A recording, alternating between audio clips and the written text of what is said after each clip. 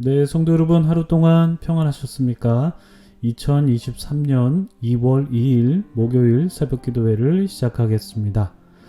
네, 오늘부터 날씨가 많이 추워질 것 같습니다. 오늘 내일 좀 많이 추운데요.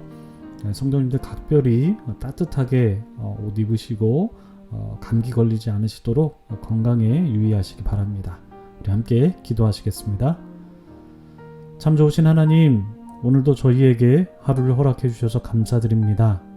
이 하나님의 말씀 우리가 보고 들을 때에 하나님께서 저희에게 성령 충만함을 허락하여 주시어서 주의 말씀을 잘 깨닫고 또 깨달은 말씀대로 살아갈 수 있는 힘을 허락하여 주시옵소서.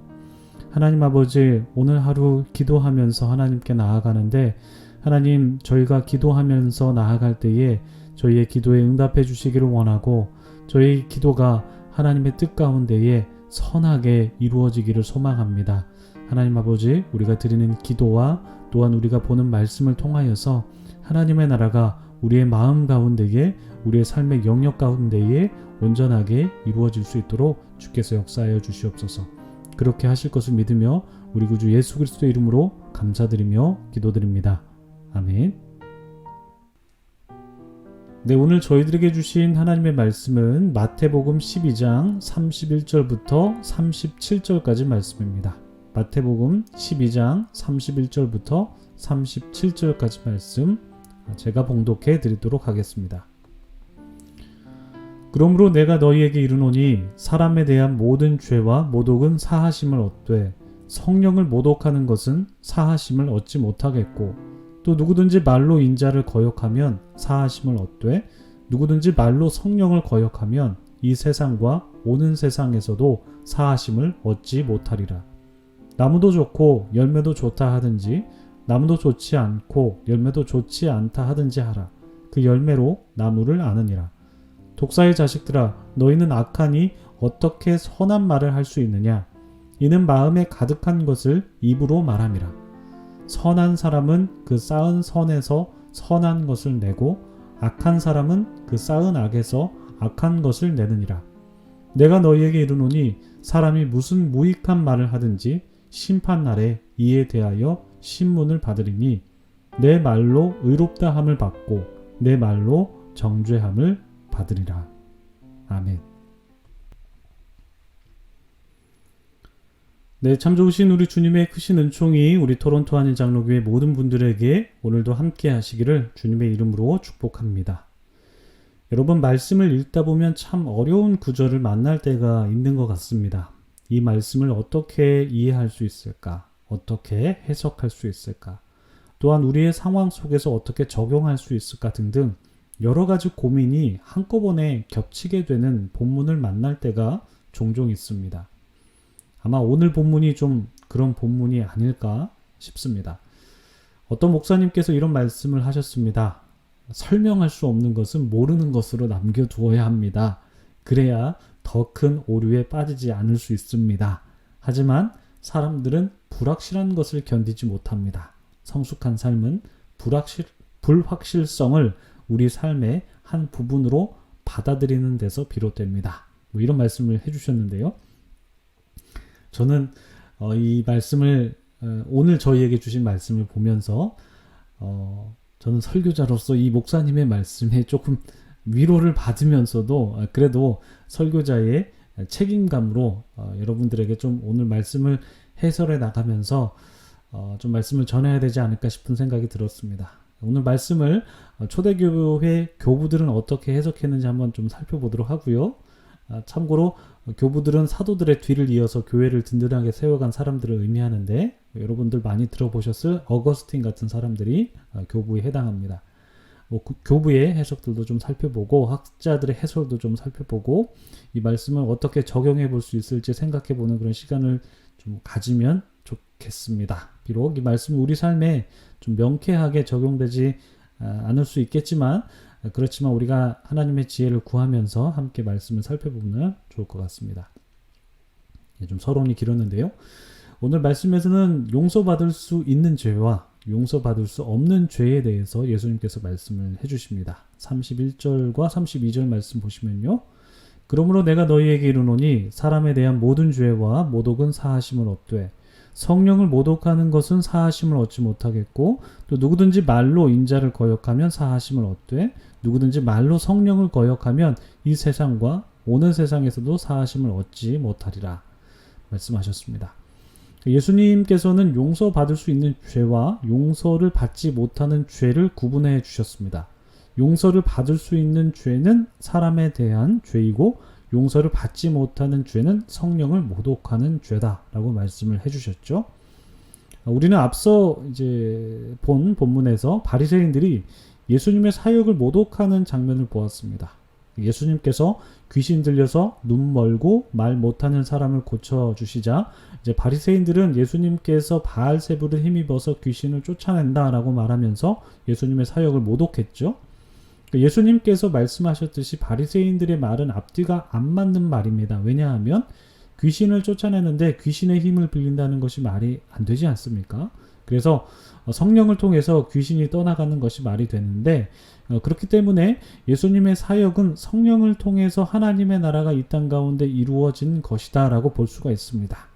이것을 신학적으로는 하나님의 나라가 선취되었다라고 표현을 하는데 그러니까 완성될 하나님의 나라가 먼저 이 땅에서 이루어졌다라는 의미가 바로 하나님의 선취입니다. 그래서 이제 먼저 선자를 써서 이제 선취라고 표현을 하는데 완성될 하나님의 나라는 종말에 완성될 하나님의 나라이고 그 종말에 완성될 하나님의 나라가 완전히 이루어지기 전에 예수님을 통해서 하나님의 나라가 구현되는 현상이 바로 선취라고 말씀드릴 수 있습니다. 예를 들면 바로 병자가 치유되고 귀신이 쫓겨나는 것인데 이런 것이 바로 하나님의 선취다라고 말씀을 드릴 수가 있습니다. 이것은 완전한 하나님의 나라가 이루어진 게 아니라 이제 불완전하지만 그렇지만 하나님의 나라가 이미 이루어졌다라고 그렇게 말씀을 드릴 수가 있습니다.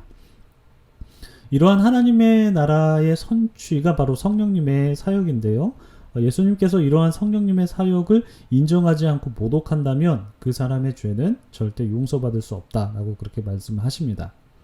그런데 이것과는 비견되게 사람에 대한 죄는 용서받을 수 있다라고 말씀하시죠. 그리고 32절에서 말로 인자를 거역하는 것도 사하심을 받는다라고 말씀하십니다. 여기에서 인자를 어떻게 해석해야 하는지에 대해서 좀 까다로운 면이 있는데 학자들은 여기서의 인자는 마태복음 11장 19절에 나오는 인간 예수에 대한 거절이다 라고 그렇게 해석하는 사람들이 좀 많은 것 같습니다. 마태복음 11장 19절에 나오는 예수님의 상은 죄인들과 함께 어울리면서 포도주를 즐기는 예수님의 모습인데 이러한 인간으로서의 예수에 대한 거절은 용서받을 수 있지만 그렇지만 예수님을 통해서 나타나는 성령의 역사를 거절하는 사람들은 용서받을 수 없다라고 말씀합니다. 또 여기에서 이 성령의 역사를 거절하는 것을 어떻게 볼 것이냐에 따라서 초대교회의 교부들의 해석이 좀 다르더라고요. 초대교회 교부 중에 아타나시우스라는 교부는 이 성령의 역사를 거부하는 것이 마귀를 쫓아낸 것과 같이 하나님의 사역을 이제 부정하는 것 같은 그러한 사역을 의미한다라고 말하면서 불신자나 이단자가 이제 그러한 죄를 범할 수 있다라고 말을 합니다.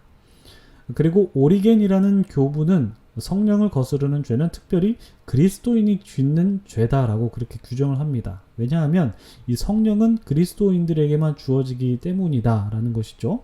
히브리서 6장에 기록된 것처럼 하나님의 은혜를 온전히 체험한 후에 다시 타락하는 사람들은 용서를 받을 수 없다라는 그런 말씀처럼 바로 그런 것들이 이제 성령을 거스르는 죄다. 그러니까 그리스도인들이 성령을 거스르는 죄를 지을 수 있다라고 그렇게 말을 했습니다.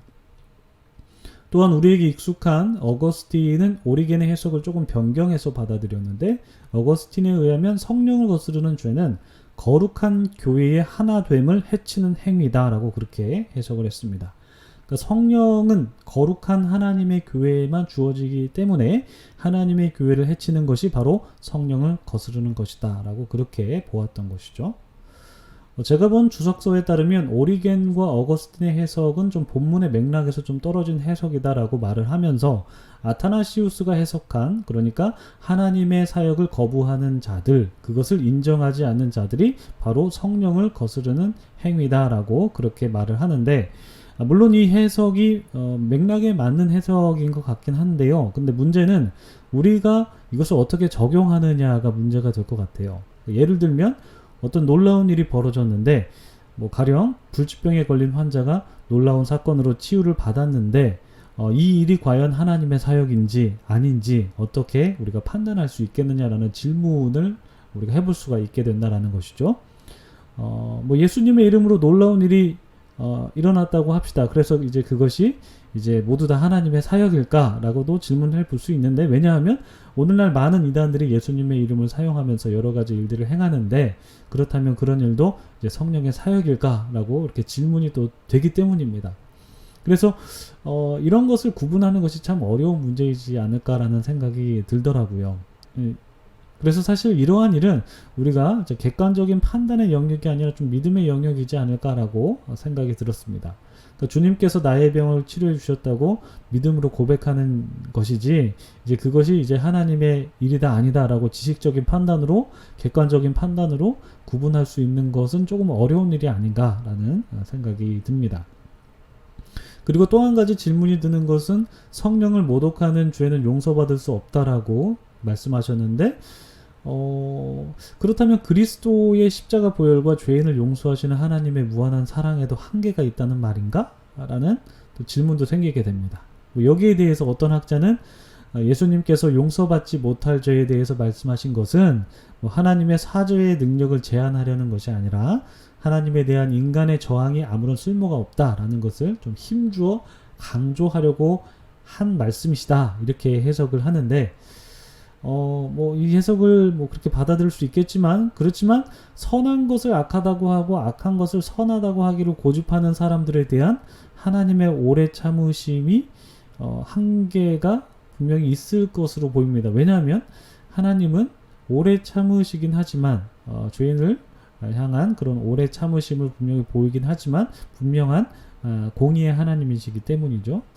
여러분, 오늘 말씀이 여러분께 어떻게 좀 다가오셨습니까? 오늘 말씀을 제가 전하면서도 저도 좀 어려웠던 부분이고요. 그래서 여러분을 좀 새벽부터 좀 복잡하게 해드린 것 같아서 좀 죄송한 마음이 있습니다만, 앞서 말씀드린 목사님의 말씀처럼 설명할 수 없는 것은 좀 모르는 것으로 남겨둬야 되는데, 이 어려운 말씀을 제가 잘 해석해드렸는지에 대한 염려가 좀 있습니다. 오늘 말씀드린 부분에서 제가 해석해드린 내용도 있고, 또 초대교회 교부들의 해석도 소개해드리기도 했고, 학자들의 해석들도 좀 말씀을 드렸는데, 좀 복잡하게 이런저런 말씀을 좀 드린 것 같지만, 우리가 믿는 것은 좀 분명한 것 같아요. 무엇이냐면 성령님의 사역이 오늘날에도 이루어지고 있다라는 것입니다. 다만 이 성령님의 사역은 우리의 믿음으로 고백되는 것이지, 무엇이 성령님의 사역이다 아니다 라고 판단할 수 있는 객관적인 기준은 우리에게는 좀 분명하지 않은 것 같습니다. 하나님의 영역인 것 같습니다. 다만 성령님께서는 오늘날에도 여전히 우리 가운데 일하신다는 것이고, 오늘날에도 하나님의 나라는 이 땅 가운데 선취되어지고 있다라는 것이고, 그리고 또한 우리는 그것을 믿음으로 고백한다라는 것입니다. 그리고 예수님의 십자가 사역과 또한 하나님의 크신 사랑을 우리가 분명히 믿습니다만, 하나님은 공의로운 분이시기 때문에 하나님의 심판이 있다는 엄중함을 우리는 기억하면서 그분의 사랑을 의지하되 그분의 엄중한 심판을 두려워하는 마음을 우리는 가져야 할 것 같습니다. 바라기는 이 말씀을 통해서 우리가 오늘도 일하시는 하나님을 신뢰하기를 소망하고요, 죄인을 용서하시고 오래 참으시는 하나님을 믿으면서도 또 공의로운 하나님을 경외하는 우리가 되기를 소망합니다. 오늘 말씀 기억하시면서 함께 기도의 자리로 나아가시겠습니다. 기도하겠습니다.